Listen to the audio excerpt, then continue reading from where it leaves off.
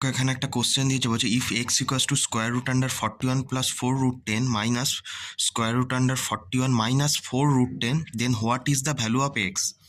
দেখো এখানে x equals two এটা একটা বলেছে আর এটা, আমি ধরো এটাকে ধরো এ ধরলাম, এটাকে ধরো বি ধরলাম। আমি এবার কি করব, উভয় দিকে বর্গ করব। তাহলে এক্স স্কোয়ার ইকুয়ালস টু আমি এটা লিখতে পারি square root under 41 plus 4√10 minus square root under 41 minus 4√10 এর হোল স্কোয়ার।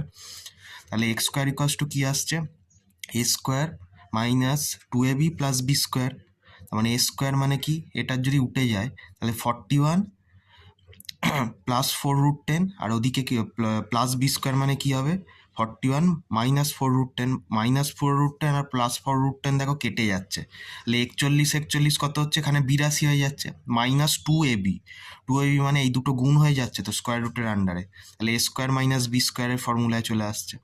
তাহলে 2 into square root under 41 square minus 4√10 whole square হলো। এবার 41 স্কোয়ার থেকে যদি 4√10 স্কোয়ার যদি বাদ দিই, আমার আসছে কত, 1521 আসছে। তাহলে 1521 স্কোয়ার রুট করলে কত হচ্ছে, 39। তাহলে 2-এর সঙ্গে 39 গুণ করলে 78। 82 থেকে যদি 78 বাদ দিই কত হচ্ছে, 4। তার মানে এক্স স্কোয়ারের ভ্যালু হচ্ছে 4। তাহলে এক্স এর ভ্যালু কত, 2। মানে অপশান বি এটাই এর কারেক্ট অ্যান্সার হবে।